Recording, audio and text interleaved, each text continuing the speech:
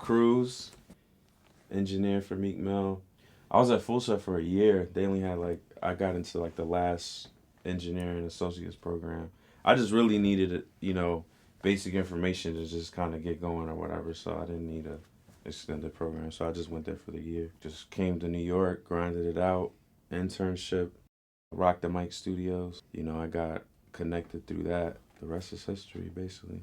I'm like a little torn about that because I don't want people to think, school ain't a good option for what we do for engineering because it's expensive, right? But you do get a lot of information that you wouldn't get, in the studio with these guys that, have been doing it for a minute.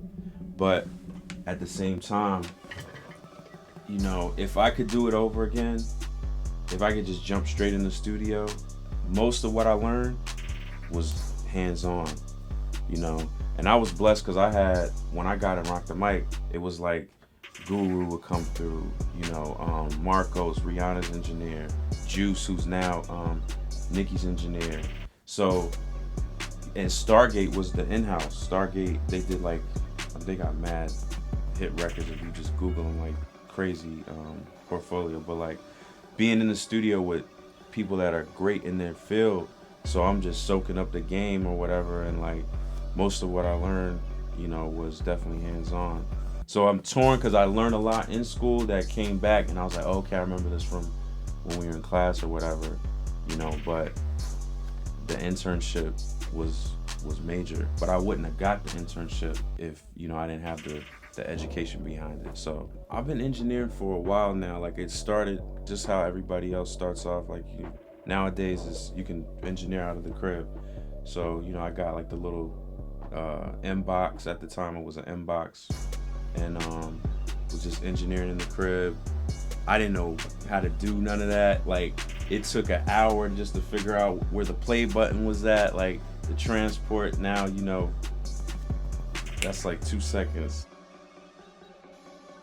I mean, definitely, being with Meek, we definitely built up a sound. Like he already kind of had a certain template of how he wanted to, his voice to sound on the record, how he wanted his beats to sound, coming through. If you listen to his music, it's bass heavy, his voice sounds like it's crispy, it's like a certain tone to his voice.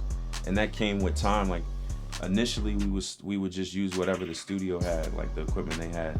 Then it was like, my voice don't sound like how it did when I was at this studio or whatever. So then it was just, after we started really talking about it, figuring it out, it was like, let's build up let's get some gear. And he invested in his gear, and I carry it around to this day. The same setup, the mic, the compressor, the preamp. I used to like really, take more time, but now it's kind of like clockwork. Like I've been fortunate, like we've been able to build like a great relationship. So it's not a lot of like pressure when we get in the studio. It's like family.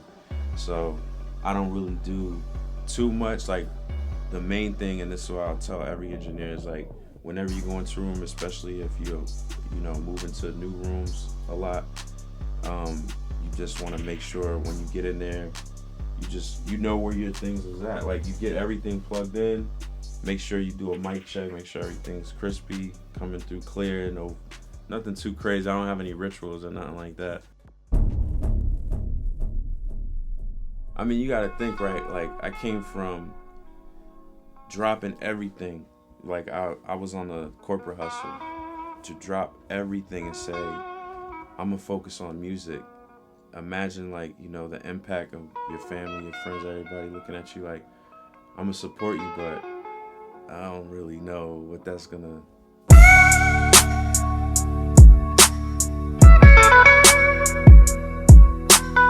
So I changed my major from English to business to just trying to please everybody, basically. You know how people get caught up, your family, how's your family gonna look at it? So you say, I'm gonna jump into the music business. It's like, they don't know how to take that. But then to grind it out, go to Full Sail, go to New York, hustle 2 jobs so I could at least get this internship, to get in the door at Hove's studio and working with these people, like that I said I was gonna work with certain people that I ended up working with. You know what I mean? Like, and seeing these things become a reality. You know, it's not like one specific moment I can name, but it's just like that whole grinding process. Like, you said you're gonna do it, and you really did it. You put that work in. You really got it done. You know what I mean? Like, it's nothing like it. And it was just one moment I could tell you, like, when I'm at like a pool party at Puff's crib with Meek. Like, we're moving around at this time, and I'm just looking around like, this is crazy. You know what I mean? Like, you know what I mean? Like, I'm just like this worker bee. Like, I'm in the mix, and I remember just telling him like, yo, thank you. He was like, man, it comes with the hustle. The first time they put me in the chair on the professional level, it was with Neo. And I don't know if he would remember, but like, it was the worst session. It's like, but you gotta go through that. You know what I'm saying? Like, you don't really know, like, you never really put these certain things to the test with a major artist. And it's a different environment. It's like, you working with your man that knows you, so it's certain things he just don't even really bring up as an issue because he don't really know himself. So like working with a professional, and they just know like clockwork. They're used to working with people that just get it done fast, and I'm kind of like moving a little slow compared to what they're used to. Cause it's certain ways these type of artists work. Like even Meek, you gotta be fast, And I learned that, and that's what I'm saying. Like when you're in the studio and actually working, this isn't something that you can be taught in the books. You gotta be hands on. You gotta be working. So, in the beginning when you first start and you're starting to get comfortable with certain things, you're gonna be a little slow, and it's cool. Like but I had a little bit different start in the game. Like people don't be getting those type of looks. I'm in the studio with Neo. That's my first professional session.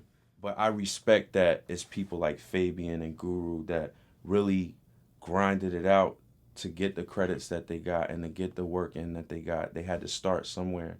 You got to start at the bottom and work your way up to that level of respect where people are on your line. You don't got to like beg for, let me get this mix or whatever. Like, let me show. If you don't know how to do it, just don't do it. You know what I mean? Like, if you don't know how to ball, you're not going to be like, yo, coach, put me in. You're going to look like an idiot. You know what I mean?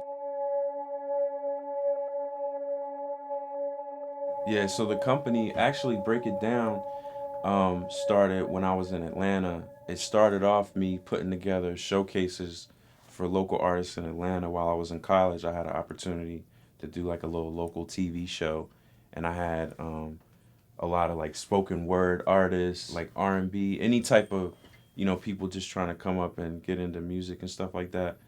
And it was like a local TV studio, so it started off from that, me doing little events and stuff like that, and basically the whole concept has grown into now, said, just breaking down the artist sound, me giving people drum kits that we actually use to create platinum records, hit records. These aren't us just copy and pasting or whatever. This is personal stash from Jalo Beats and Beat Bully and Mechanics and Jay Oliver, Butter Beats.